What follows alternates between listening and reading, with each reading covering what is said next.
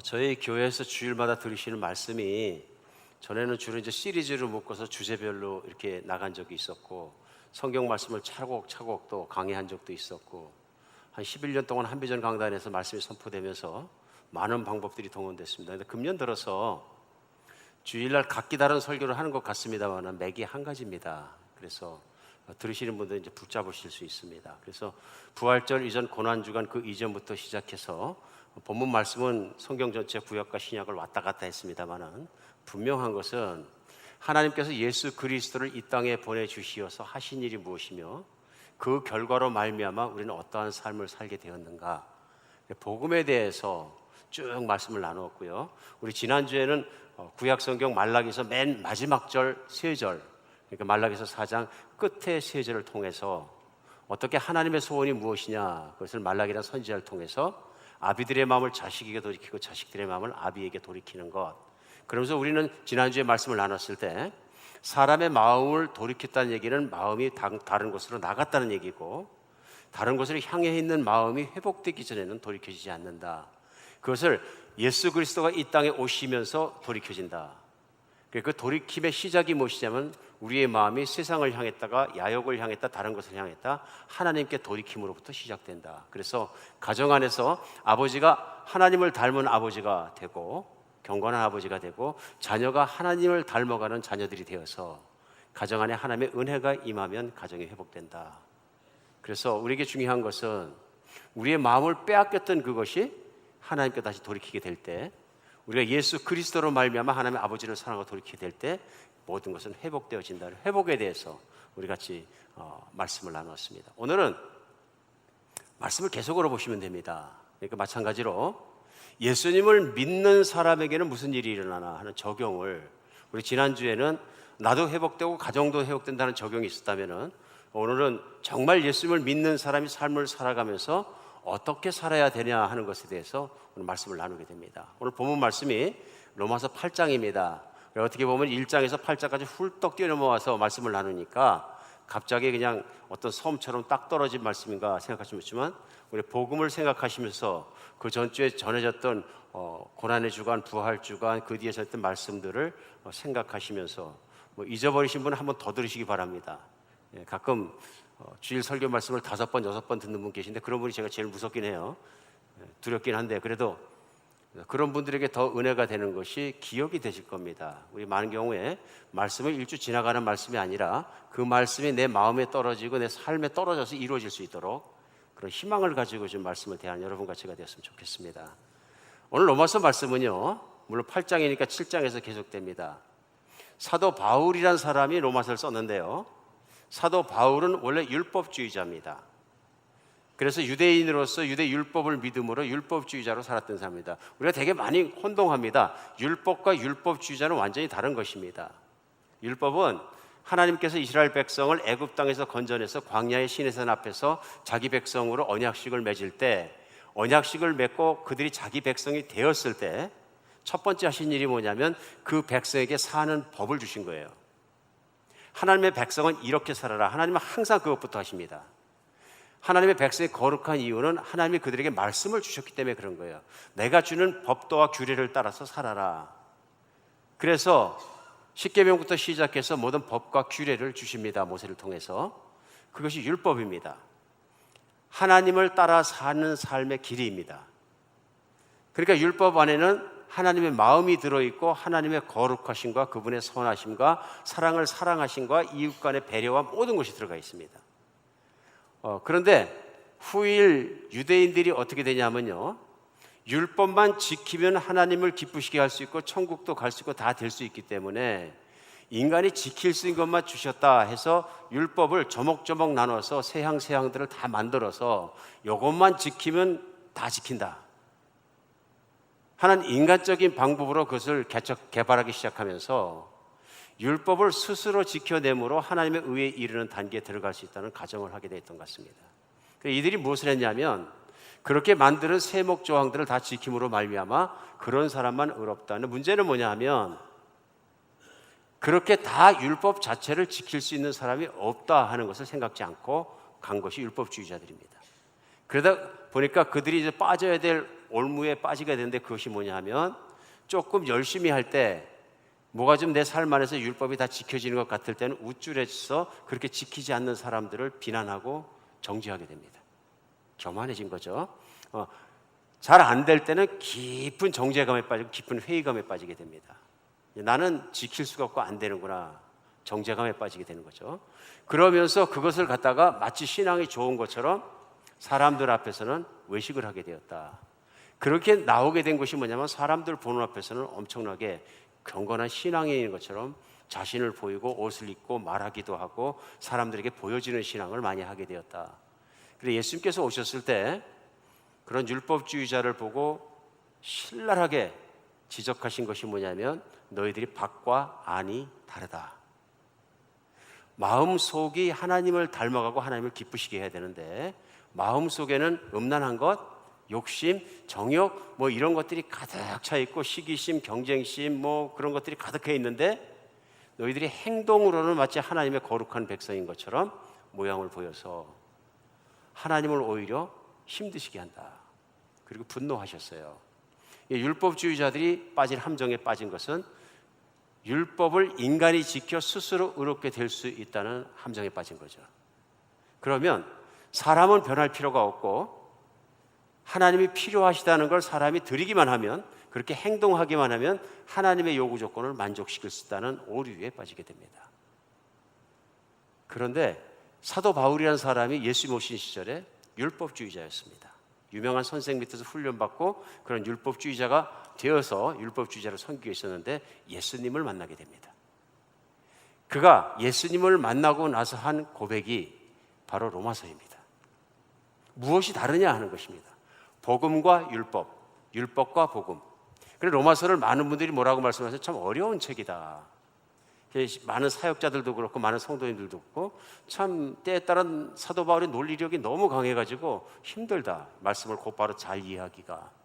뭐 그런 면이 없잖아 있는 것 같습니다. 그러나 어떤 면에서는 하나님께서 사도 바울을 사용하시고 복음을 설명하시는데 논리력이 아주 강한 분을 쓰셨기 때문에 쉬운 점이 있습니다. 더 좋습니다. 어떤 면에 좋으냐 하면요, 그분이 그 논리력을 들어서 무엇을 증거하고 설명하라 하느냐 하는 것을 바르게 붙잡기만 하면 그 키가 모든 말씀을 같이 풀 수 있다는 것을 발견할 수 있습니다. 그래서 1장에서 마지막까지 사도 바울이 전하고 싶은 핵심이 있습니다. 그것은 뭐냐면 예수 안에서 무슨 일이 있느냐 하는 것입니다. 그러니까 시작하는 1장부터 시작해서 내가 너희에게 복음을 다시 전해야 하리라, 다시 들어야 되는 복음에 대해서 로마 교인들에게 말씀하시면서 복음을 전합니다. 율법과 복음이 어떻게 다르냐, 어떻게 복음은 내용이 무엇이냐, 그것을 쭉 설명하면서 핵심이 뭐냐면 예수 안에서 일어난 일입니다. 복음은 예수 그리스도가 이 땅에 오심으로 말미암아서 예수 안에서 무슨 일이 있었느냐 하는 것을 전하는 것입니다. 그래서 대표적으로 십자가의 죽음은 어떠신 것이며 또 3일 만에 부활하신 부활은 어떠한 뜻을 가지고 있느냐 하는 것을 논리적으로 복음을 설명해 주고 있습니다. 그리고 오늘 우리 살아가는 우리들에게는 물론 이제 선교지에 가서 학교를 다닌 적이 없고 글을 잘 못 읽는 분에게 로마서를 강의할 때는 어렵죠.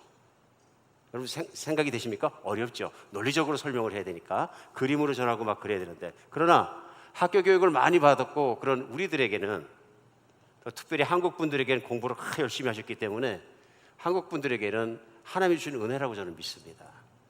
그래서 요마서를 푸는 키는 항상 예수님이라는 렌즈를 통해서, 특별히 예수님께서 이 땅에서 하신 일이 무엇이냐는 건 복음이라는 예수 안에서라는 단어 안에서 풀어나가기 시작하면 저는 정확하게 빠져나가지 않고 풀린다고 믿습니다. 오늘은 7장을 건너뛰고 8장을 막바로 들어왔습니다. 8장은 사실은 복음에 대한 적용에 해당되는 부분입니다. 1장부터 3장까지는 로마서에서 복음이 필요한 이유, 인간이 얼마나 타락했고 왜 타락했고 어떤 상태가 되었고 어떻게 하나님의 영광에 이르지 못하는 게 3장까지 1장부터 쫙 나옵니다. 왜 복음이 필요한가? 왜 예수 그리스도의 십자가의 죽으심은 인간에게 소중한 것인가? 그 다음부터 뭐가 나오냐 하면요, 그 예수 그리스도의 십자가의 죽으심이 무엇을 의미하는가? 그런 말미암아 왜 사람은 그리스도 안에서 다 죽었는가? 또 죽어야만 하는가? 설명하고요. 왜 예수를 믿음으로 말미암아 우리는 의롭가 될 수 있는가? 그래서 예수를 믿음으로 말미암아 생기는 의에 대해서 설명을 합니다. 그 의를 증거하고 증거를 하나님이 확실히 주신 것이 3일 만에 부활하신 부활이다. 그래서 우리가 예수님을 믿음으로 말미암아, 그분을 받아들임으로 말미암아 그분과 함께 연합되어지고 그분의 죽음이 나의 죽음이 되고 그분의 부활이 나의 부활이 되어서 이제는 정말로 하나님 안에 내가 거듭난 자가 되어질 수 있고 하나님 안에 의롭다 하심을 얻었다 설명을 합니다. 그러면서 7장 와서 아주 심각한 고백을 하나 합니다. 그 고백이 뭐냐면, 내가 한때는 율법주의자로서 하나님의 의에 다다르기 위해서 노력을 많이 한 적이 있다 하는 고백입니다. 그러니까 무슨 얘기냐면요, 사도 바울은 하나님을 아는 사람이었고 하나님의 율법을 아는 사람이었기 때문에 그 마음 안에 있는 소원이 무엇이었냐면 하나님의 법대로 삶을 살아서 하나님을 기쁘시게 해드리고 자기가 선한 단계에 들어가기를 원했습니다. 근데 7장에서 뭐라 그러냐면, 내가 선한 소원을 가지고 노력을 하면 할수록 내 안에 다른 능력이 하나 있어서 나를 그 아래로 눌러버리는 것을 내가 느꼈다. 그래서 매번 내가 실패했다. 근데 그 실패의 이유가 뭐냐면 내 안에 있는 그 나를 선한 것을 행하지 못하게 하는 것이 법이더라 하는 것입니다. 법. 그가 깨달은 것입니다. 그래서 그 법을 그는 뭐라고 표현하면 죄와 사망의 법이라고 표현해요. 죄의 법 아래 내가 들어가 버렸다. 그러니까 죄를 짓는 것도 법이다 하는 것을 깨달은 것입니다. 이런 것들이 이제 로마서를 사실은 좀 힘들게 하는데요, 사실은 힘들 것이 없는 게 뭐냐면 죄도 법이다. 그건 예수님께서도 하신 말씀입니다. 우리가 지난번에 우리 부활절 이전에 말씀 나눌 때 특별히 말씀 나눈 것이 뭐냐면, 그 요한복음 8장 31절로 42절에 예수님께서 예수님을 따르는 유대인들에게 말씀하실 때, 너희가 참으로 내 말이 너희 안에 거하면 참 내 제자가 되고 진리를 알지니 진리가 너희를 자유케 하리라. 요한복음 8장 말씀도 굉장히 중요한 말씀이었어요. 그죠? 그러니까 예수님의 말씀은 참 어려운 말씀이었습니다. 유대인들이 우린 종이 아닌데 무슨 뭐 자유케 되리라 그러냐. 그러니까 죄를 지는 자마다 다 죄의 종이니라 그러십니다. 무슨 얘기냐면, 내가 평상시에 죄를 짓느냐? 그 죄를 짓는 이유는 죄의 법 아래에 있기 때문에 그렇다. 이 사도 바울의 표현입니다. 이해 가시죠? 예수님은 내가 죄의 종이기 때문에 그렇다. 마찬가지로 오늘 말씀 계속하면서 우리가 죄의 종에서 은혜 아래로 옮겨졌다는 표현을 사도 바울도 씁니다. 죄를 짓는 이유는 간단하다. 죄의 종이라는 얘기입니다. 내 안에 죄의 본질이 들어있어서 내가 그 법 안에 굴복할 수밖에 없다 그런 얘기예요. 예수님을 믿지 않고 거듭나지 않은 사람의 영혼은 살면 살수록 죄를 짓게 되고 세월이 가면 갈수록 죽을 수밖에 없는 존재, 심판받고 정죄받을 수밖에 없는 존재다 하는 것입니다. 죄를 왜 짓느냐? 가만 내두면 욕망을 따라가면서 저절로 짓는데 그 죄의 본질이 인간 속에 있다 하는 것입니다. 사도 바울이 예수님을 만나고 나서 그걸 깨달은 것입니다.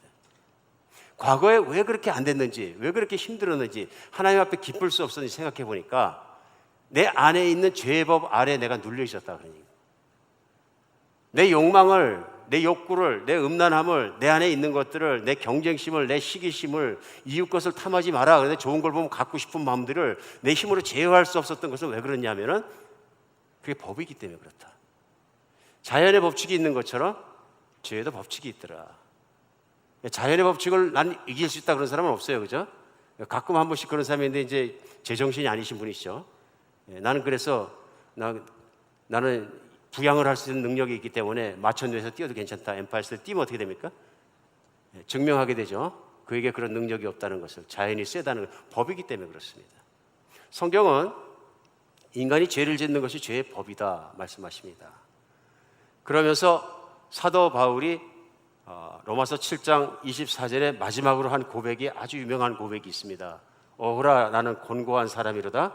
이 사망의 몸에서 누가 나를 건져내랴 하는 것입니다. 유명한 말씀이에요.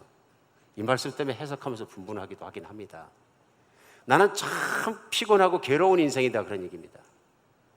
하나님의 말씀이 있고 율법이 있고 그걸 이루어야 되는데 그걸 이루다 보면 계속 실패하는 나를 발견하고, 그렇기 때문에 나는 너무 힘들다 그러는 것입니다. 이 세상에서 제일 불쌍한 사람이 종교인입니다. 안 되는 거예요. 우리 성철 씨는 얘기를 며칠 전에 같이 나눴던 기억이 나는데요. 그렇죠? 자기가 스스로 거룩해지려고 그러는 사람이 얼마나 괴로운지 몰라요. 지금도 인도에 가면, 당장 인도에 가면 많은 사람들 바라나시 가면 볼 수 있습니다. 하얗게 죄를 뒤집어 쓰고 빨개 벗고 몸을 뒷고 이렇게 서 있는 사람들 한둘이 아닙니다. 여러 가지 모양으로 돌을 닦고 있는, 자기를 부인하고 스스로의 거룩함에 올라가려고 평생에 내 안에 있는 탐욕과 모든 것을 버리기 위해서 노력하는 사람들입니다. 괴롭죠. 결과는 뭡니까? 안 된다는 것입니다. 오늘 사도 바울이 이 고백을 하자마자 7장 24절에서 25절로 넘어가면서 확 바뀝니다. 그런즉 합니다. Therefore 예수 그리스도로 말미암아 찬양할지어다. 태도가 180도 확 달라집니다. 왜 그럴까요? 옛날에 예수님을 몰랐을 때는 그걸 몰랐는데 예수님을 만나고 그분의 십자가와 부활과 그것을 깨닫고 나서 보니까 인간으로서는 안 된다는 것이고, 그래서 하나님의 아들을 보내주신 것이구나. 그래서 그분은 십자가에 죽을 수밖에 없었는데 과거의 나의 본질, 과거의 옛사람, 과거가 죽어야, 과거에 내가 죽어야 새 사람이 되는구나. 이걸 깨달은 거죠. 그러면 예수님을 믿고 그럼 무슨 일이 일어나느냐? 그게 오늘 8장 시작서부터 나오고 그 다음에 적용이 나오는 겁니다. 오늘 8장 시작 1절로 2절에는 그러므로 이제 그리스도 예수 안에 있는 자는 결코 정죄함이 없나니 이는 그리스도 예수 안에 있는 생명의 성령의 법이 죄와 사망의 법에서 너를 해박하였으리라. 저는 여기에 키워드가 나온다고 생각합니다. 이게 뭐냐면 오라 나는 공고한 존재로다 하되 예수 그리스도로 말미암아 하나님을 찬양하리로다 하다 8장에 넘어서 그 이유를 설명하는 겁니다. 찬양하는 이유를. 왜냐하면 예수님을 보내주셨기 때문에 예수 안에 있는 자, 이게 그 해석의 킨 거죠. 예수 안에 있는, 예수님을 믿는 사람에게 무슨 일이 일어났느냐? 그것은 그리스도 예수 안에 있는 생명의 성령의 법이 죄와 사망에서 너를 해방했다. 내 안에 있던 것이 아니라 예수 그리스도 안에 있는 생명의 성령의 법, 뭡니까? 예수님만 믿으면 살아난다는 법이요. 성령님께서 십자가에 돌아가신 예수 그리스도를 3일 만에 부활하신 법이요. 보이십니까? 그러니까 하나님께서 정하신 것이 법입니다. 하나님은 예수 그리스도가 십자가에 못 박혀 죽으시고 3일 만에 그 예수님을 부활케 하심으로 말미암아 생명을 부여하셨다. 이후로는 누구든지 내 아들 예수를 믿으면 과거의 죄와 십자가와 함께 정리되고 해결되고 깨끗하여지고 예수님의 부활과 함께 연합해서 이제는 무슨 일이 생기냐면 생명으로 옮겨졌다, 이런 뜻이에요. 그냥 생명이 아니라 영원한 법. 이건 하나님이 정하신 법입니다. 자연의 질서와 자연의 법이 창조자께서 정하시는 것처럼 영원히 죽고 사는 문제, 용서받는 문제, 모든 것도 창조자 대신 하나님이 결정하시는 것이다. 근데 여기서 무슨 단어를 쓰면 성령의 법, 곧 하나님의 법이다, 이렇게 얘기합니다. 누구든지 예수 안에 있는 자에겐 정죄함이 없는 게 예수님께서 십자가에 죄값을 치러주셨고 부활하심으로 말미암아 성령께서 그 안에 있는 자에겐 영원한 생명이 있는 걸 확증하셨다, 이런 얘기죠.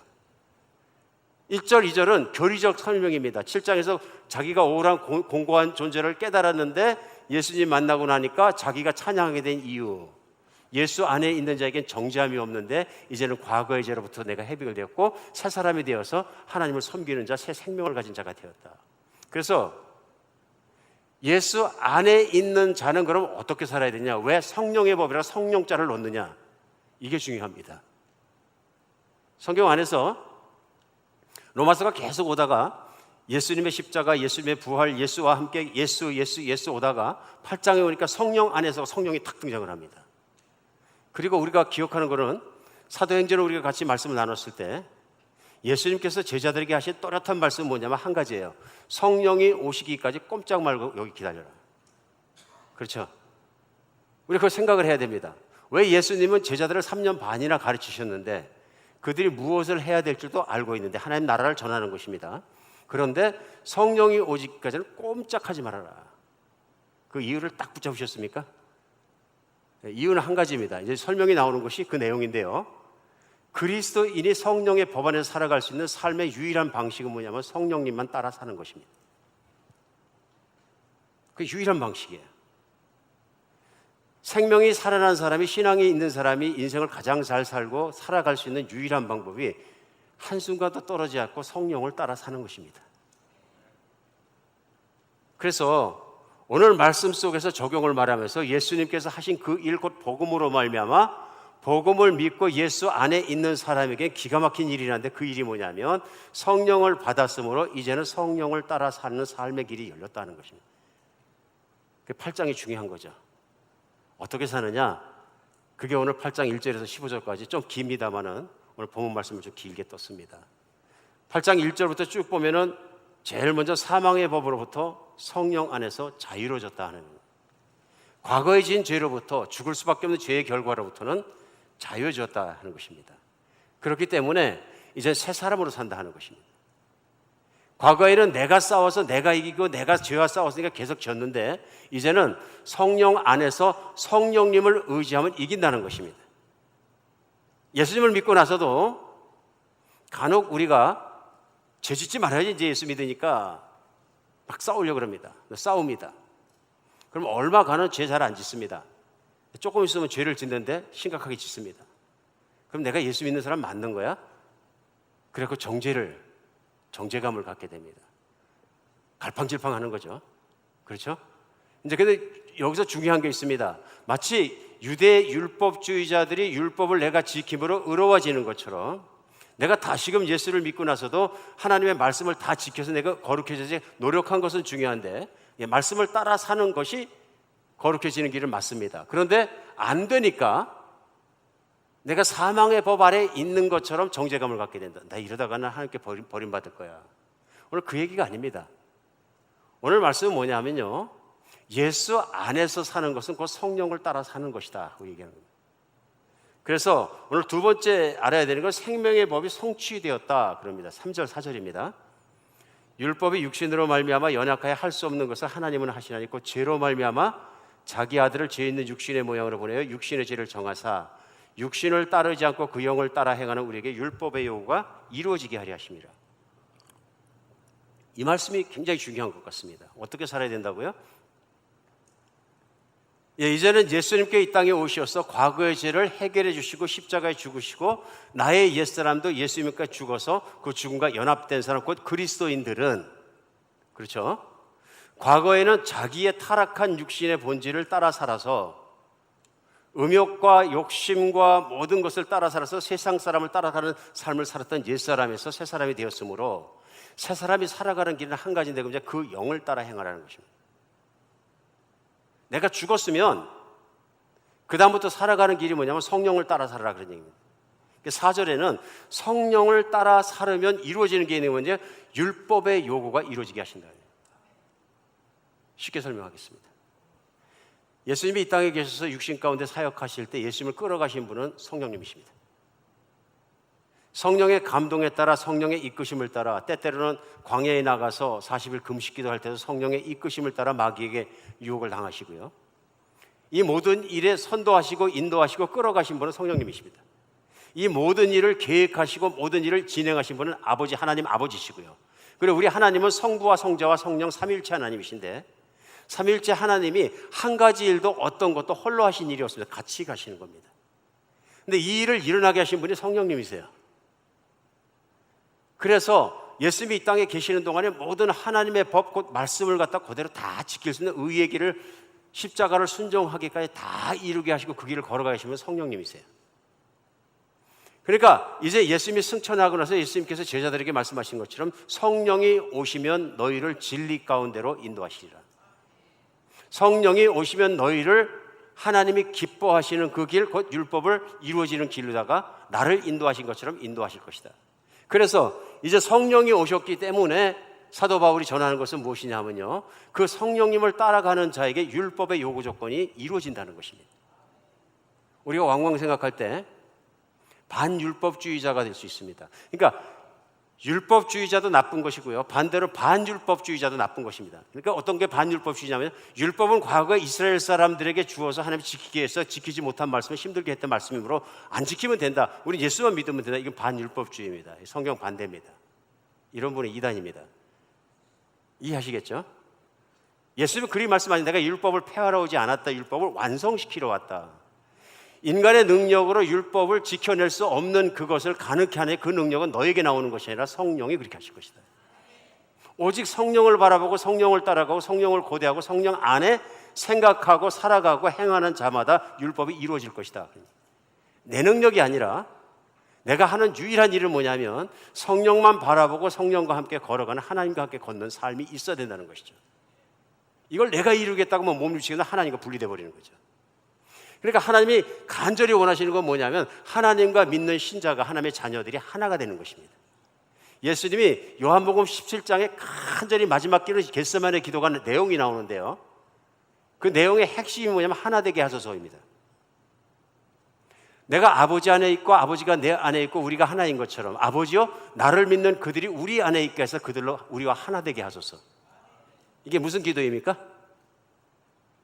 아버지의 생각대로 살아가고 아버지의 뜻대로 살아가고 아버지 안에 내가 모든 것을 다 순종해서 아버지의 영광을 올려드리고 아버지가 그 영광을 내게 주시고 우리가 아버지 안에서 하나인 것처럼 그들도 성령의 능력으로 말씀 가운데 살게 하시고 아버지의 뜻대로 살게 하셔서 이제 그들과 하나 되게 하여 주시옵소서. 내가 예수 그리스도 안에서 그리스도를 믿는 사람이 되었고 복 있는 사람이 되었다는 것은 예수님의 기도가 이루어진 것입니다. 믿으십니까? 이게 그냥 오늘 갑자기 툭 튀어나온 얘기가 아니고요. 성경의 시작부터 마지막까지 하나님께서 끊임없이 추구하고 계시는 축복입니다. 인간이 어떻게 복을 받느냐? 하나님의 그 부르심 가운데로 들어가는 거죠. 무슨 부르심이에요? 성령을 따라 사는 길이요. 이스라엘 백성이 살아낼 수 없었던 것, 하나님 말씀대로 사는 것, 누구도 할 수 없었던 그것을 성령은 하시나니. 근데 그 성령을 따라 살면 무엇이 오느냐? 오늘 세 번째 하는 건 기쁨과 평안이 충만하다 그래요. 그러니까 로마서에서 사도 바울은 천국에 대해서 말하면서 이렇게 얘기합니다. 천국은 뭐예요? 먹고 마시는 것이 아니라 성령 안에서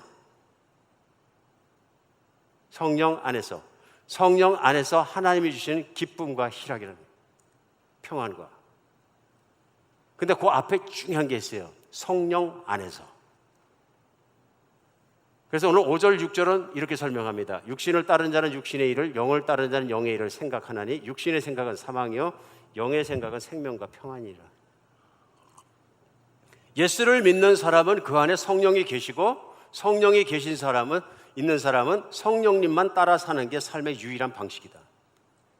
그렇게 살아갈 때 일어나는 현상이 5절 6절이에요. 성령님의 뜻을, 성령님을 생각한다 하는 것입니다. 내가 신앙생활을 오늘 잘하고 있습니까? 잘못하고 있습니까? 점검해보려면 뭐 주일날 꼭 나가느냐, 이렇게 하느냐, 새벽기도를 하느냐, 막 금식기도 하느냐 이런 걸 생각하지 말고요. 내가 성령님을 끊임없이 구하면서 하나님을 구하면서 하나님의 뜻을 구해서 그 뜻대로 살고 있느냐 하는 걸 물어보면 됩니다. 믿으십니까? 오늘 주일 말씀의 가장 중요한 것은 그것입니다.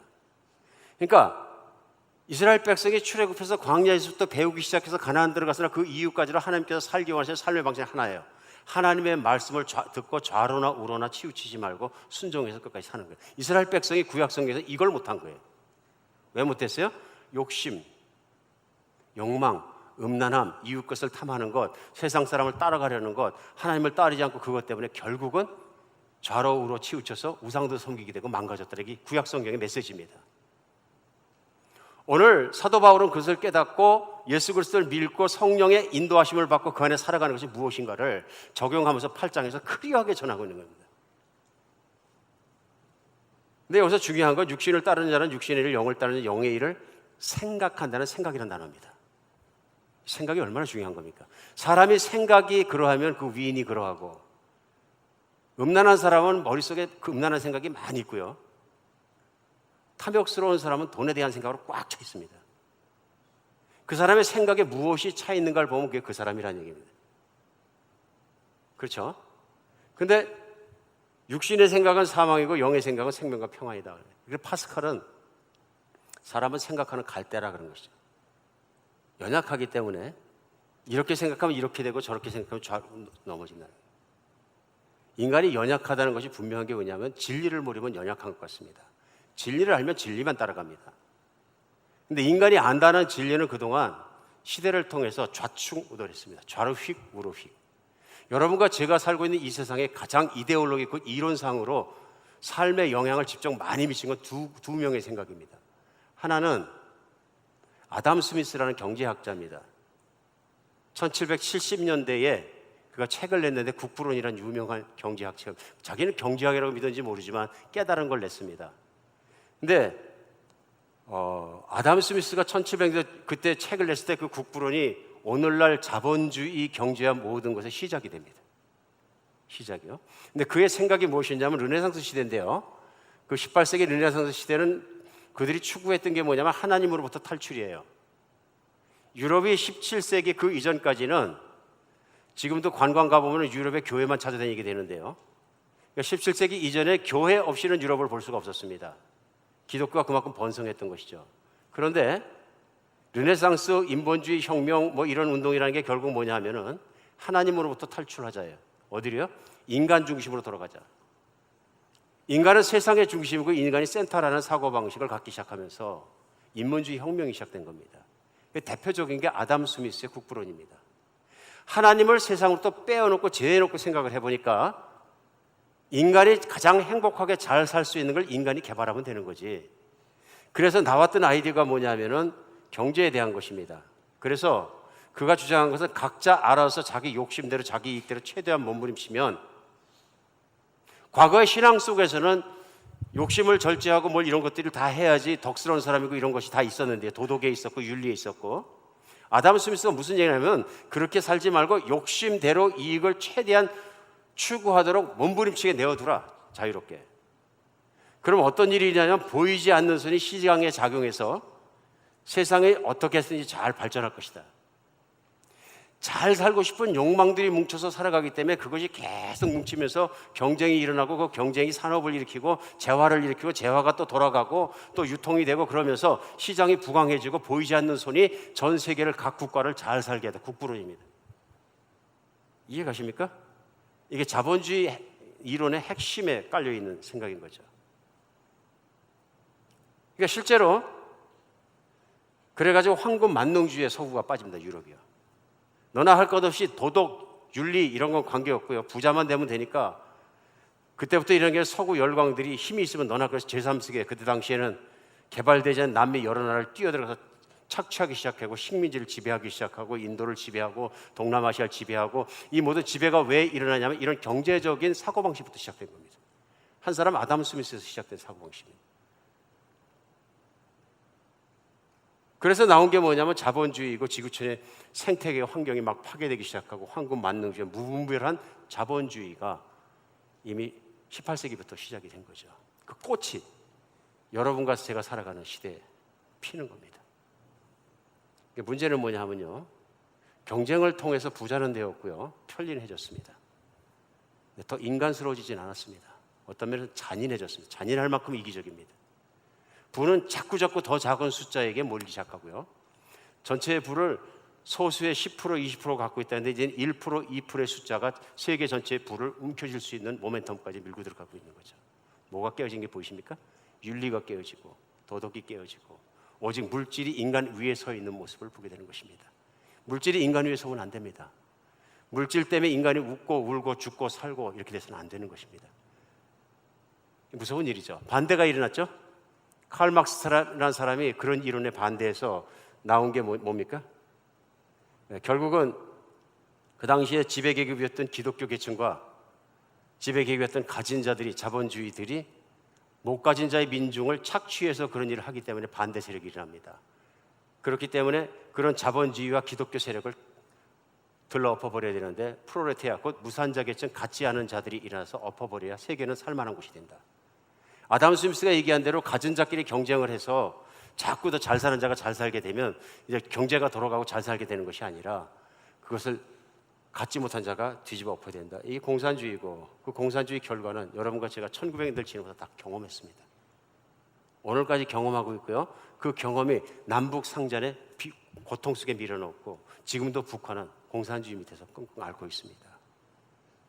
1900년대 들어와서 자본주의도 아니고 공산주의도 아니고 새로운 사고방식이 풍미하기 시작한 포스트 모더니즘입니다. 쉬운 설명이죠. 내 감정에 충실하라는 겁니다. 내 느낌이 행복하면 인간이 행복해진다. 과거에 자본주의가 시작될 때 아담 스미스가 얘기했던 건 뭐냐면은, 많은 인간이, 사람이 근본적으로 행복을 추구하는데 자기가 갖고 싶은 욕심을 제한하지 마라. 그 욕심과 재화 모든 걸 창조 가지는 노력이 세상을 발전시킬 것이다. 그것을 제어하고 분배에 신경을 쓰자. 그래서 공산주의를 갖다가 결국 마찬가지 인간의 함정에 빠집니다. 그러니까 오늘날 온 포스트 모더니즘을 얘기할 때 그러면 그런 거 저런 거 논리나 이데올로기 생각하지 말고 자기의 감정에 충실하면 행복하다. 이걸 미국에서 잘 포장해서 지난 1900년대 그리스도인들 교회학과에 쓴 게 뭐냐면 적극적 사고방식 뭐 그런 겁니다. 내 안에 신이 있다. 내 안에 잠재적 능력이 있다. 그걸 개발하고 너 자신을 리스펙트해서 그 내 안의 만족을 찾아내라. 무슨 일입니까? 이게 자기 개발 사상이고 적극적 사고방식이고 부추기기 시작합니다.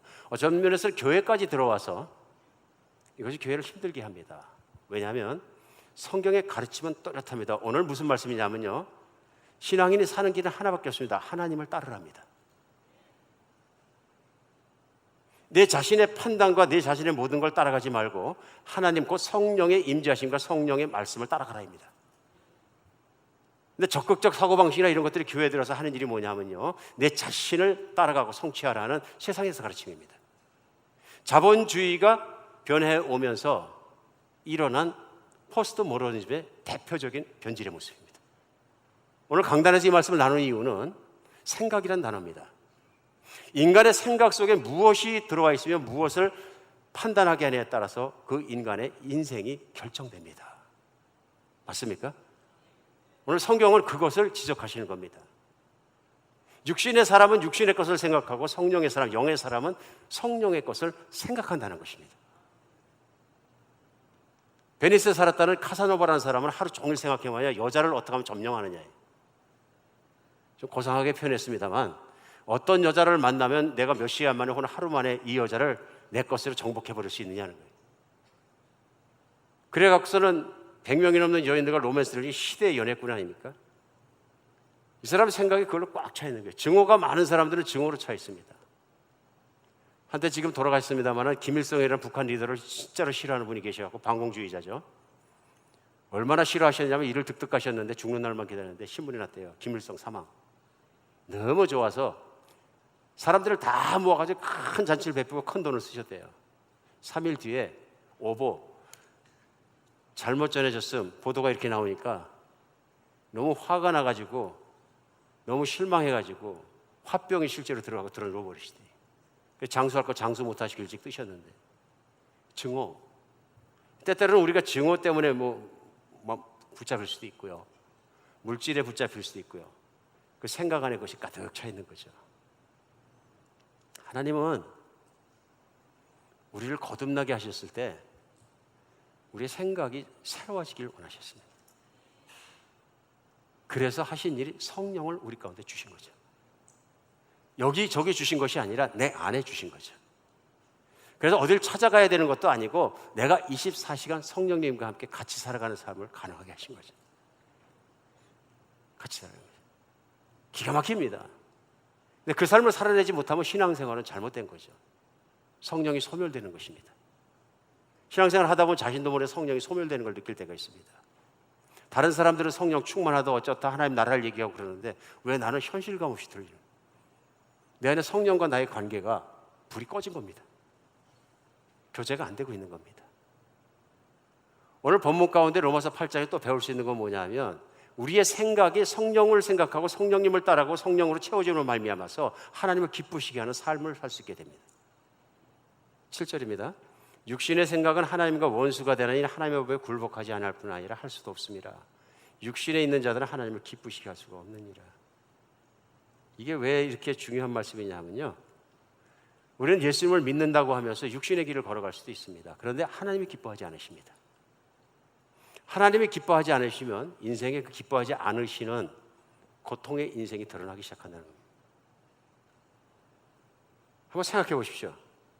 성령님을 생각하십시오. 24시간 성령님을 생각하고 이 시간 성령님께 기도하고 24시간 대화를 했어요. 그럼 여러분 생각에는 성령님과 하나님께서 내가 이 땅을 사는 동안에 어떤 삶을 살기를 원하신다고 믿어지십니까? 성령님은 어떤 인생을 인도하실 것 같습니까?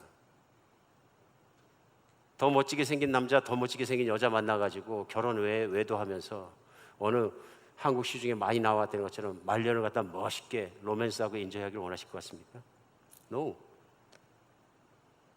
돈 많이 벌어서 부호들만 산다는 2억 불짜리 요트를 사가지고 세계 여행하기를 원하실까요? 2억 불짜리 요트를 뉴스에서 보긴 했습니다만 실물도 보지 못했어요. 아닌 것 같죠? 뭘까요? 쉽죠? 예수 그리스도와 복음서와 사도행전과 그걸 보면 하나님께서 이 땅에 원하시는 하나님의 나라가 임하시는 거죠. 맞습니까? 성령을 따라가면 분명한 거예요. 하나님 아버지의 뜻이 일어나는데 그 아버지의 뜻이 주기도문만 되는 것이 아니라 내 삶에서 그것이 추구되고 이루어지고 가득 차고 하는 것이죠. 쉽게 생각하겠습니다. 이 지구상에 있는 그리스도인들이 모두 다 24시간 성령님만 생각하면서 예수님이 그러하셨고 제자들이 그렇게 했고 그 후대에 잘 믿는 사람들이 그랬던 것처럼 24시간 하나님의 기뻐하심과 성령의 뜻을 생각해서 아버지의 나라만 생각하고 기도하고 그걸 쫓아가면서 살아요. 그러니까 현재 수많은 그리스도인들이 60%, 70%, 80%, 90% 심지어는 100% 어떻게 하면 내 사업장이 잘 되느냐, 어떻게 하면 돈을 덜 버느냐, 내가 직장에서 진급하느냐, 어떻게 하면 은퇴 자금을 빨리 모으느냐, 막 이런 것에 마음 쓰고 모든 정성을 쓰고 관심을 갖고 집중했던 그 집중이 하나님 나라와 하나님 것으로 돌아가 버렸어요. 무슨 일이 일어날까요? 여러분 뭘 느끼십니까? 오늘 로마서 8장의 말씀과 우리 그리스도인의 삶의 갭이 느껴지십니까? 어쩌면 말씀과 나의 삶 속에 성령을 쫓아가는 삶과 또 그 모든 말씀과 내가 추구하고 있는 그 사이에 갭이 느껴지십니까? 이 갭만큼이 뭡니까? 불신앙인 거죠. 인생을 잘못 살아가고 잘못 살아온 불신앙의 진폭을 오늘 말씀이 보여줘요. 인생을 그리스도에 잘 사는 유일한 길은 성령을 따라 사는 것입니다. 그러니까 심지어는 유명한 마태복음 7장에서 예수님께서는 마지막 날에 나보고 주여 주여 하는 자마다 다 천국에 못 들어간다고 그러십니다. 근데 깜짝 놀라는 게 뭐냐면 그 사람들이 예수 그리스도의 이름으로 기적을 행하고 능력을 행하고 큰 사역을 했지 않았나니까. 사역을 탁 갖다 드리니까 아니다 아버지, 난 널 모른다. 불법으로 했다. 불법으로 행하였다. 무슨 뜻이에요? 7장에서 바로 예수님 설명합니다. 내 아버지의 뜻대로 행한 자라야 천국에 갈 수 있느니라. 보이십니까? 심지어는 하나님 나라의 사역을 예수 그리스도의 이름으로 했을지라도 내 뜻대로, 내 취향대로, 내 판단대로, 내 모든 것대로 내가 다 나와서 했으면 그건 너의 왕국이지 아버지의 왕국이. 아버지의 왕국은 유일하게 하나밖에 없는데 아버지의 뜻이 이루어지는 거거든요. 그게 하나님의 나라거든요. 하나님 통치하심 주권 백성.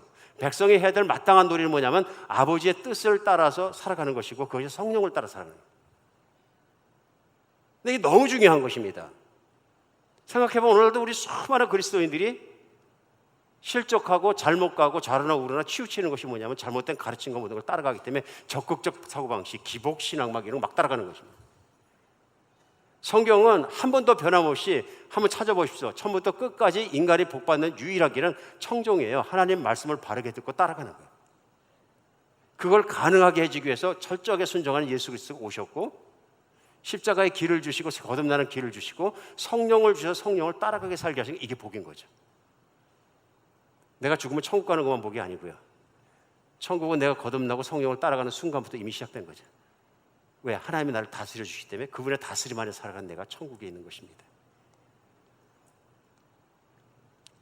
마지막으로 하나님의 친밀감이 성령을 따라 살아가는 사람에게 있다고 오늘은 적용하는 것입니다.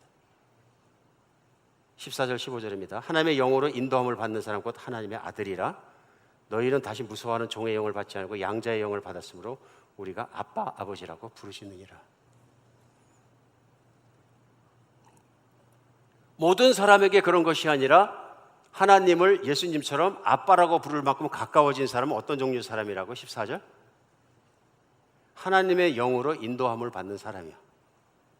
인생의 한 땀 한 땀을, 인생의 한 발 한 발을, 인생의 교차로마다, 인생의 매일 일상마다 하나님의 영, 곧 성령이 시키는 길을 따라서 살아가는 성령의 사람, 곧 하나님의 사람만이 누리는 축복이 무엇이냐면 친밀감이다. 그냥 내가 좋으니까 아빠라고 부르자 해결되는 문제가 아니라 성령께서 내 가슴 깊은 곳으로부터 내가 아빠라고 부를 수밖에 없는 친밀감 가운데로 끌어주신다는 뜻이죠. 성령을 바라보는 사람마다, 성령께 가까이 가는 사람마다, 성령께 집중하는 사람마다 하나님께 주신 은혜가 뭐냐면 그 깊고 깊은 예수 그리스도와 아버지 안에 있었던 친밀한 사랑을 우리 가운데 예수의 사랑이 나타나게 하신다. 체험하게 해주시는 그런 체험 해보셨습니까? 하나님 너무 사랑해서 온몸이 녹고 죽도록 사랑하고 아무것도 보이지 않고 아버지만 있으면 됩니다. 아버지 사랑해요. 눈물이 철철 나는 기분. 아무것도 부럽지 않거든요. 세상을 창조하신 하나님이 내 아버지고 나를 딱 안아주시고 그 가슴에 머리를 기대고 안겨있는 것 같은 느낌. 이건 환상 속에서 나오는 것이 아니라 성령께서 사랑하는 사람들에게 허락하고 인도해 주시는 친밀함. 누구에게? 성령에 의지하고 성령의 인도하심 받고 그 안에 살아가는 사람에 있는 하나님의 사람들의 친밀감이에요. 이걸 누가 놓치고 싶겠어요? 갖고 싶죠. 성령의 인도하심을 받고 임재 속에 살아가는 사람으로 아주 유명한 분이 계십니다. 프랭크 로박이라는 선교사님이신데요. 이분은 1884년생이십니다. 너무 유명해서 미국에서는 이분 선교사님의 이름으로 우표가 나왔어요. 얼굴이 나와서. 굉장히 사회적으로도 유명하고 세계에서도 유명한 분인데요. 그리스도의 선교 사역을 하면서 전 세계에서 문명 퇴치 운동을 하셨습니다. 문명. 그래서 2차 세계대전은 미국 외교 정책에 적잖은 영향력도 미치셨어요. 그런데 이분이 필리핀과 아프리카에서 각 지역에 사역을 하시면서 이미 40대 중반에는 유명한 선교사, 유명한 분이 되셨는데 그때 46세 때 마음의 공허함을 느낍니다. 사역을 하면서. 그래가지고 그분의 책에 보면은 그때부터 새로운 삶을 시작하시는데 뭘 시작했냐면요. 성령님을 따라가는 24시간의 삶이 가능할까? 신앙적 갈등을 가지고 있습니다. 정말로 하나님은 내 모든 삶의 한 순간순간마다 하나님 하나하나마다 내 생각 하나하나마다 개입하시고 같이 하시고 그렇게 끌어가시는 걸까? 여기에 대해서 퀘스천이 생기져 있어요. 사역을 많이 하셨는데도. 그러다가 이걸 내가 시험해 봐야 한다. 그게 맞다면 나는 신앙생활을 잘못했다. 선교사도 생활하고 유명해지기도 했지만. 그래 이분이 1930년 그분 46세 때인데 1월 달부터 시작해서 6개월간을 한 가지 실험을 합니다. 그 질문에 답을 찾기 위해서 실험을 하면서 나는 깨어있는 순간 매 순간마다 성령님을 생각하겠다. 그러니까 영어로 그런 식이죠. 눈 뜨자마자 성령님 are you there? Are you with me? 계속 여쭙는 거죠. 일어나서 옷을 입으면서 무슨 옷을 입을까요? 하나님 오늘은 무슨 일을 해야 제가 성령님 뜻대로 하는 겁니까? 어떤 분들은 그렇게까지 믿어야 되냐 그러실지 모르지만 사실은 그게 성령 안에서 사는 거거든요. 신앙생활이라는 건 하나님과 함께 사는 건데 하나님의 뜻대로 사는 거거든요. 맞습니까? 근데 때때로 이것이 비현실적으로 느껴지는 거예요. 정말 그렇게까지 살 수 있을까? 이 프랭크 노박이라는 선교사님이 그걸 실험하신 거예요. 근데 그분의 실험 결과가 뭐냐면 6개월 뒤에 된다. 그전에는 자기도 힘들고 막 화역하면서도 내면이 혼란스러웠는데 해보니까 된다 그런 얘기. 그래서 그분의 일기 중에 1930년 1월 26일 초기에 시작할 때 느낌입니다. 매 순간 하나님을 느끼고 있다. 지금 타자기를 두드리고 있는 이 손가락도 하나님이 인도해 주시기를 바란다. 내가 걷는 걸음을 통해서 하나님이 흘러나오기를 바란다. 3개월 지나서 1930년 3월 1일입니다. 보이지 않는 한 손이 내 손을 잡아 이끄시고 또 다른 손이 앞에서 내 길을 예비하신다는 의식이 내 안에서 날마다 자라가고 있다. 1930년 4월 18일 하나님과의 교제의 참못을 느끼자 그분께 합당치 않은 모든 일이 역겹게 느껴졌다. 오늘로 하나님의 임재의식이 강하게 붙들리면서 말할 수 없는 기쁨을 맛보았다. 전에는 모르던 것이다. 이런 경험은 이제 한 주에 여러 번씩 찾아온다. 이것을 경험하고 나자 모든 더러운 것들이 그렇게 싫을 수가 없다. 1930년 5월 14일 매 순간 끊임없이 하나님을 만나며 하나님을 내 생각의 주제로 삼고 내 대화에 짝 삼는 것, 이것이야말로 평생 접해보지 못한 가장 놀라운 일이다. 점점 된다. 물론 아직은 한나절도 못 간다. 그러나 언젠가는 하루 종일 그렇게 될 날이 있을 줄 믿는다. 1930년 5월 24일 요즘은 걱정도 전혀 없고 잠도 잘 잔다. 거의 온종일 기쁨에 사로잡혀 있다. 거울을 받아 내 눈빛과 얼굴이 새로운 광채가 있다. 어떤 일에도 더 이상 조급한 마음도 없다. 모든 일이 잘 된다. 1930년 6월 1일 6개월 지나고입니다. 하나님은 더 이상 낯선 분이 아니십니다. 주님은 온전히 제 안에 실제로 계십니다. 이거죠. 하나님이 내 안에 계시다는 게 비현실적으로 믿어지지 않을 수도 있습니다. 된다는 것입니다. 그 사역을 많이 했던 유명한 선교사님조차도 성령님을 섬기지 않고 선교 사역도 할 수 있더라 그런 얘기입니다. 그런데 없는 것이 있는 게 뭐냐면 성령 안에 천국에서만 느껴지는 불변하는 기쁨과 평안과 그런 것은 없더라 그런 얘기입니다. 이분은 어느 수도원에 들어간 것이 아니라 정말로 바쁜 일상 중에 수많은 학교들을 경영하면서 신학교를 경영하고 세계를 뛰어다니면서 하나님께 몰입하면서 그분이 다다른 결론이 뭐냐면 된다입니다. 성경에서 안 되는 걸 성령을 따라 행하라, 성령을 생각하라 말씀하시겠습니까? 거짓말 하시겠습니까? 우리가 한번 성령님께 붙들려서 살아가는 여러분과 제가 됐으면 좋겠습니다. 지난 11년간 한비전교회를 시작하고 섬기면서 제가 몇 번인가 후회하고 몇 번인가 회개하고 돌아들어가고 돌아들어가는 게 제 일기를 가끔 봅니다. 초반엔 너무 또렷합니다. 아틀란타에서 복음을 전하는 주님의 말씀 한마디, 그거 한마디 순종해서 무조건 왔습니다. 그게 시작입니다. 무조건 왔습니다. 제 아내와 저밖에 없습니다. 여기서부터 시작하실 것입니다. 점을 하나 딱 찍었습니다. 주님께서 말씀하시면 교회도 시작하고 주님께서 말씀하시면 선교단체 헌신도 하겠습니다. 갈등하는 사이에 선교단체 가 있더니 교회를 시작하라는 인도하는 걸 시작을 했는데요. 아무도 없었습니다. 근데 그 중간에 따라가다 보면 막 들쑥날쑥하는 자신의 모습을 제가 말씀 준비하면서 보았습니다. 매 순간마다 모든 일마다 작은 일과 큰 일을 기도해서 성령이 인도하신 거예요.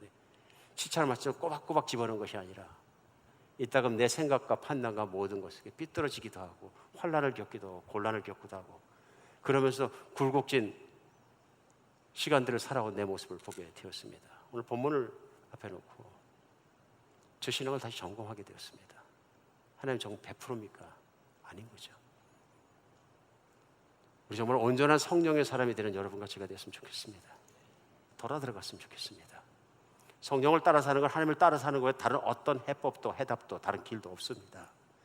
성경은 오직 한 길을 주시는 거죠. 최근에 제가 교만한 생각을 했던 게 그것입니다. 하나님, 저도 이제 나이가 좀 먹었습니다. 풀어놓아 주시면 은퇴 빨리 해서 좀 쉬었다가 다른 사역을 하든지 그러면 안 되겠습니까? 3년 전부터 기도했는데 아무 대답이 없으세요. 없으시면 놉니다. 그렇죠? 갈 길이 모르는 겁니다. 저도 모르는 겁니다. 어느 분 저보고 물어보셨어요. 목사님 언제 그만두세요? 저는 알 길이 없는 거죠. 이분이 날 그만두기를 원해서 그러신 건가, 그만둘까 봐 걱정돼서 그러신 건가. 아주 뭐 별 인간적인 생각이 막 그냥 쌍곡선을 그리며 왔다 갔다 하더라고요. What do you mean by asking that? 근데 그런 생각 할 필요 없는 거죠. 성령은 뭐라 하시더냐. 그러면 살아오는 동안에 성령께 여쭈는데 말씀이 없으면 무엇이었냐? Stay there. 그렇죠? 부르신 곳에 거하라. 너무도 간단한 질문을 내가 받아들이면 그 순간부터 평강이 임하고 기쁨이 오고 내가 열심히 하고 싶고 모든 게 쫓아오는 것을. 인간은 늘 그렇게 연약한 것 같습니다. 하나님만 따라 살면 됩니다. 우리 그 안에 기쁨이 있습니다. 기도하겠습니다.